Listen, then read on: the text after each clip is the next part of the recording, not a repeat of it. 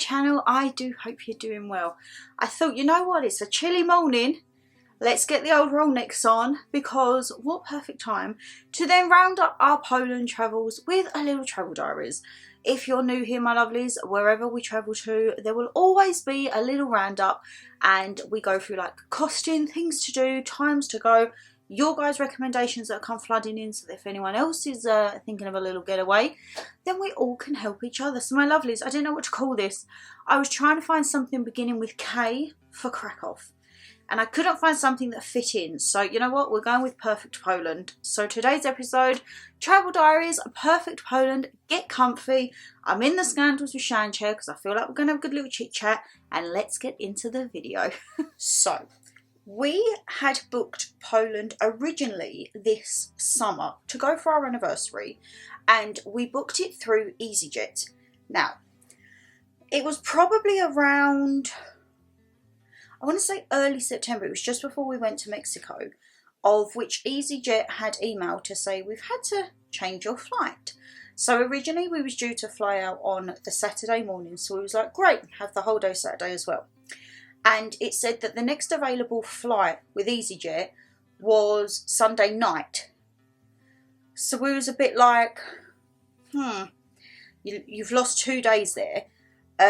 We spoke to EasyJet, there was no other flights, they couldn't give us a reason for the cancellation. So we ended up having to cancel it completely just before Mexico, and then we rebooked through Love Holidays.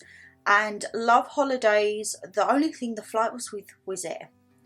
And in the roundup, me and Dan said, like, I know it's a budget airline, but the whole seating thing, I think they purposely separate people for you to pay for that upgrade to sit together, which I think is a little bit of a pee take, to be perfectly honest. But the whole process with Love Holidays was very straightforward. I've never booked previously with Love Holidays. Didn't quite know what to expect, what to do, but it was very self-explanatory, and especially with like your transfer details, it was like your person will be here, they'll have this sign, it's for this place. And it was actually the only place I think we've been this year, bar Mexico, where the transfer turned up. If you remember with our Belfast, the guy was late, or he said he had a flat tire, but Dan doesn't reckon that was the case. He thinks he might have just got a little bit waylaid on a previous jaunt and didn't want to come. So we had the lovely man Stephen in the end picking us up. And if you remember in Rome, the guy just didn't turn up. And it was almost midnight in Rome where we had to try and find Uber and a local cab firm. So yeah, we haven't had much luck with transfers. However, this guy, I was looking and couldn't find it. And then Dan was like, check at the bag. And there was like my full name, not even just like surname, my full name. And I was like, oh, okay. He wheeled us out. Rain, snow. No, it wasn't raining. It was raining when we left, but it was snowing. And oh, as soon as we come out and see the sleet, I was like, yes, it's snowing. Those 10 minutes we had to wait for him to go get the car seemed like the longest 10 minutes because it was freezing. It was well into the minuses when we landed, because again, it was around about the 11 o'clock, half 11 mark. It was a late flight. So when we rebooked with Love Holidays, again, the earliest flight that they had was still a night time, but it was Saturday night. So we had to rearrange because we'd had trips and everything booked for the Saturday, cancelled them, and then we tried to rejig what we wanted to do for the duration, because in essence we'd lost a day. But it wasn't too bad, it was okay. I think we survived with checking out in the airport for 6 hours. But yeah, it was a little bit of a bugbear, let's say, because we could have had another day. And that Saturday we'd had the food and drink tasting tour, and when we done one of the tours later on, the man doing it, he run that one, so it was kind of like, we would have liked to have done that, but hey ho, there is always next time. We landed in the snow, minus degrees, freezing cold, got to the hotel. So the hotel that I booked was the Best Western Plus Krakow, and it was literally, guys, not even 10-minute walk to the main town. I know that there is hotels on the main square. I have a feeling you'll pay a hell of a lot more because you're actually on the square, maybe for like a morning view or anything to look out. Lovely. But for the location that we was, for the price, the affordability for what we got. I really don't think it was too bad. We had bed and breakfast, which after the debacle with one of the mornings of the trips, we actually got to have an extra breakfast, so that was great. It was a lovely clean room. I love the pink. There was a big pink velour strip above the bed. The bathroom, it had your shower, your toilet, your sink, not really much else to say. Good wardrobe space, and then we had a lovely little view overlooking the little park there. From where we was, as I say, you walked right and bed, what was it? It was like right, left, or right and second left took you into main town. Then you could go left up to Wawel Castle area, and we was probably the furthest part out that we was if you wanted to explore like the Jewish quarters and ghettos and Schindler's Factory. That was about, I want to say 40 minutes from the hotel, but a lovely little walk. Me and Dan love a little walk on holiday, so if it's the case of you can get a cab for 10 minutes or you walk for 40, we'd much rather have a walk and little see what is around in the area. So there was definitely a lot to do there, and a few things that we learned that we wasn't able to do when we was there, and also tips for maybe when you guys are there. But the most iconic thing, not really iconic, but the most famous thing that people tend to go to Poland for is for Auschwitz, the camps obviously. So when we had to change everything over from EasyJet to Love Holidays, we rejigged the tours. It was only really the Saturday and Sundays we had to worry about. We'd originally booked the tours through Viator or Get Your Guide. Those are the two main excursion apps and websites to which you book tours abroad. You can book tours in that for London as well, and like the UK in there. And we'd booked to do the Auschwitz, Birkenau and salt mines. So that was originally booked for Tuesday, and nearer to the time, on the Sunday I think it was, I said to Dan, I'm just getting a really bad feeling, because again, if you've been with us when we went to Rome, the Vatican closed on us twice. So it was like the things that you go to Rome for, one of them we couldn't do, and I just had this odd feeling, and I started to research about it. And it wasn't just the trip that we booked, it was the trip in general. They said that there is a lot of failed attempts in a way. So for me, you book a trip, that's your ticket. It doesn't apparently work like that with this. You book and pay through Get Your Guide, Viator, or however you do it. You are picked up, it said to us originally at 6, then it changed to 4:30 in the morning. Me and Dan don't mind an early start, so it was like, okay. The bit that we didn't understand or know, because it wasn't advertised, was when you get there, apparently your ID is taken and the tour guide will go off to try and get tickets. Our one specifically, and again, if you've done the tour, please let me know how it worked with your experience, but our one said that you wasn't allowed to wait in the vehicle, and you could be standing outside for up to 5 hours to try and get in. And at that point, there was also no guarantee that you would have a ticket, to which if you didn't, they could either try and reschedule you, or you wouldn't be eligible for a refund because the driver had taken you to the camp. And I can't lie, I was a little bit like, that's a whole day and you're not even fully guaranteed the camp. And I tried to get through to them on the Viator app. Really good. I explained the thing, and they was like, it's okay. I was like, I tell you what, I'll cancel it. And I found another one on Get Your Guide. And then Get Your Guide accepted, and then sent the same generic message. And I was just like, what do we do? And Dan was very much like me, like, if we go and we can't get in, that is literally a whole day wasted. Like, we could have done something else with it. We didn't have anything planned because the Auschwitz and salt mines, it was like a whole day tour. So it was like, if it doesn't go ahead, we'll try and find something. So I had to end up cancelling that. And then it wasn't until we went downstairs, we actually saw that the Best Western Plus have a little card to which has the main attractions. So the camps, the salt mines, Zakopane, I think the thermal springs, you could go just directly to them if you wanted to. And I feel like there was somewhere else. I did take a photo of it. but it was like the main bits. Oh, Schindler's Factory. And they had the price for a designated cab ride. And when we looked into it, the driver would pick you up at whatever time, would take you to your destination, you would do your tour or whatever it was that you needed to do, and then they would bring you back. And it wasn't until we started to look into it, I think it worked out around about £100 for the cab journey. Tickets with Auschwitz directly, I think, work out between, I want to say, £40 to £60 converted.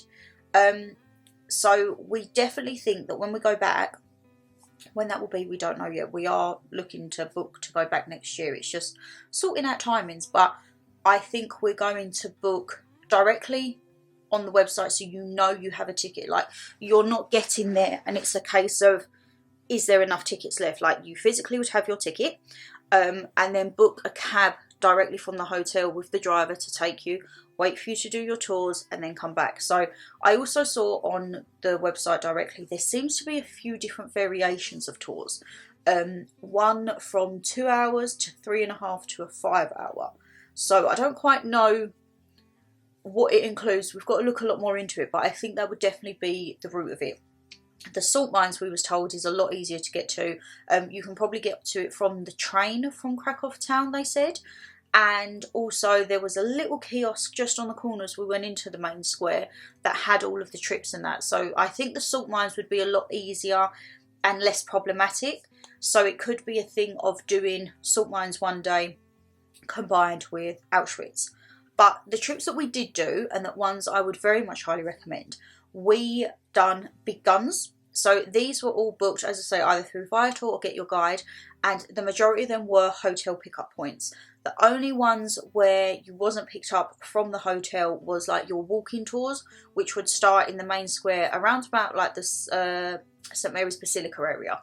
So the first one we done was the shooting range.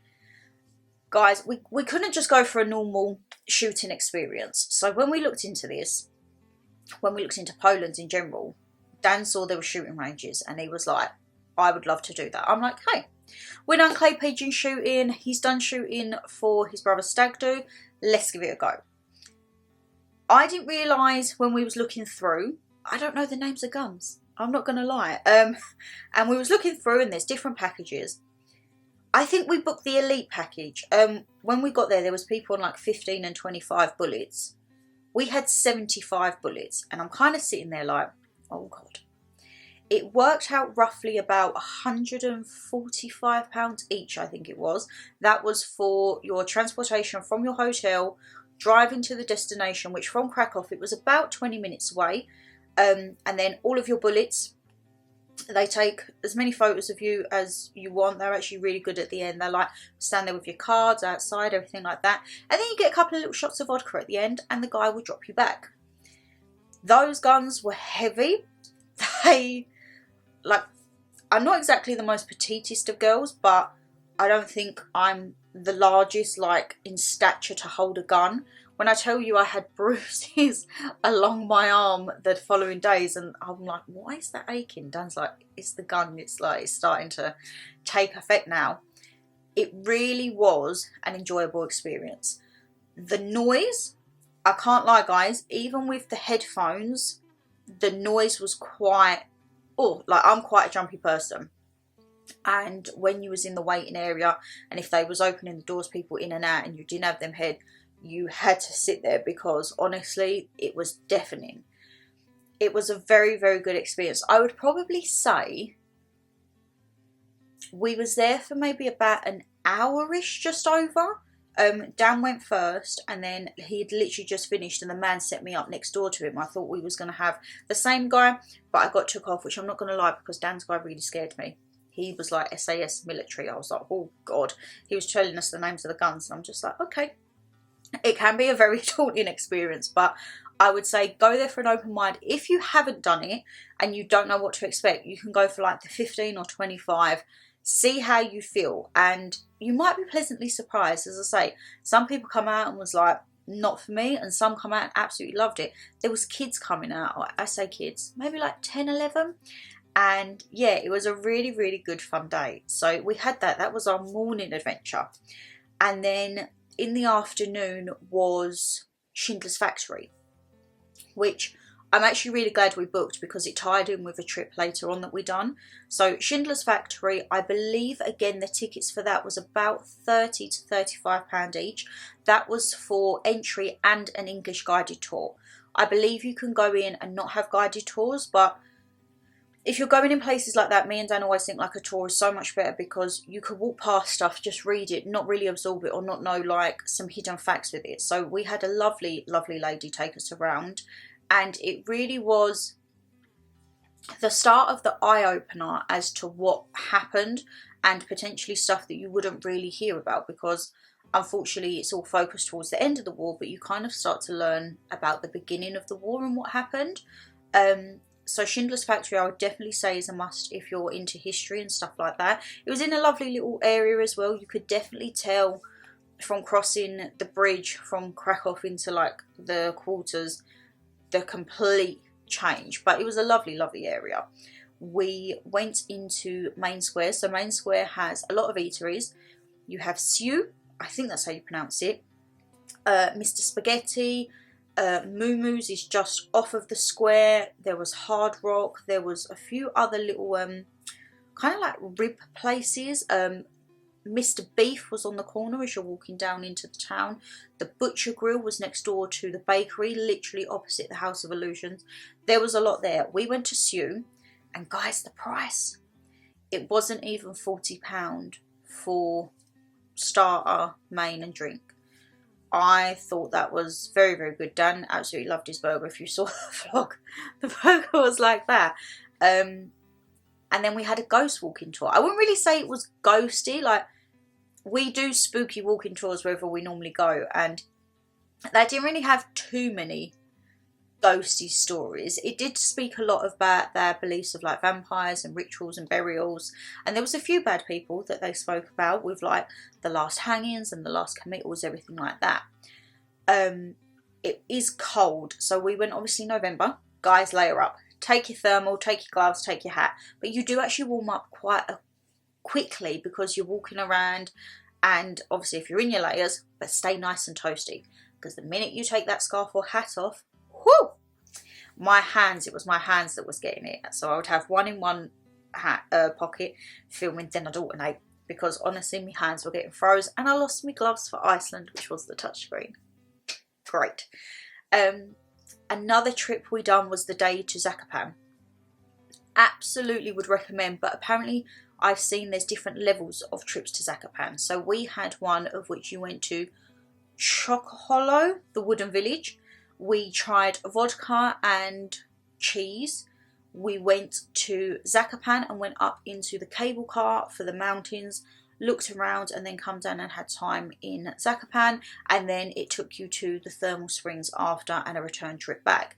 That, I believe, was around about £120 each. That was a full day. So we was picked up at 8 o'clock, and I think we come back about 7:30, 8ish. Again, pick up from your hotel. Your cheese and vodka was included. Admission to the springs was included. Your cable car ticket was included. The only thing you had to pay was obviously if you wanted food or anything at Zakopane, or if you wanted extras in the thermal springs. We had, oh God, a little walk around Old Town that night. We done the horse and cart. That is very, very lovely, guys. It's probably one of the things you'll do once and you will probably never do again, but at least you've done it. It worked out, I think, about £90, and that was for half an hour. They take you from Main Square around to like the Barbican. There's different routes. £90 was the basic one. I think it went up to about £200. But it was like, no, we'll just go for a basic, but obviously your time increases and the distance and where you go and everything like that. So that was really something nice to round out our anniversary evening. And then, as I say, because we didn't have Auschwitz, we was kind of a bit like, what do we do? And I looked on to Get Your Guide in the morning, and I see a walking tour, and the tickets were something like £2 each, and it started in about 40 minutes, and we was literally a 10-minute walk from it. So you would have seen it was a very hectic rush morning, and we was like, right, let's go. We had I think it was 2.5 hour walk around Krakow, where you learn the secrets, the tricks, you see the trumpeter. It really does bring your eyes open to what Krakow has to offer. The tour guide was good in saying like people come to Krakow, but you go out to all these places and you don't actually explore the city that you're in. So we done that, and you trip into Wawel Castle. Wawel Castle is split into 3 sections, of which each section is required a ticket. He said if you wanted to do the castle all in one, it would take you about 3 days. So maybe pick which section you would like and then grab a ticket for that bit. He also was the same man to do the evening walking tour of the Jewish quarters and ghettos. So we finished with him around about 1:30, and then at 3:30 you picked it up again in the same area of St Mary's Basilica, and we done the tour of the evening in the Jewish quarter. And I said to Dan, in a weird way, I feel like we wasn't meant to do Auschwitz, and he was like, I get that, like we learned so much about what happened before Auschwitz, which shouldn't be disregarded because it happened. And you see the chairs and you hear the stories, you see the buildings, and a lot of people it's not focused on. And with the tour as well, you heard about people who were kind of like, not rebels or vigilantes, but like Germans that found out along the way that was what was happening and didn't agree with it, didn't like it, and they tried to help Jewish people and they was punished.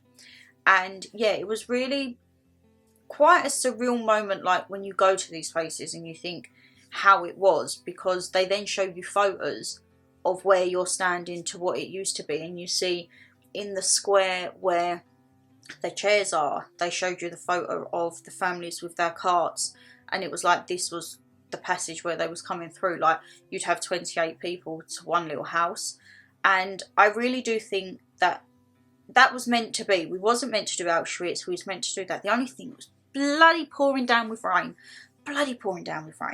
And then Wednesday morning, because we got picked up at about 3ish, we went to Hard Rock for a lovely lunch, and we done the underground museum in Krakow. Guys, if you go to the Old Town Square, that is not where the Old Town Square used to be. You go, I think it's 5 or 6 meters down, and there's an underground museum of relics that they found.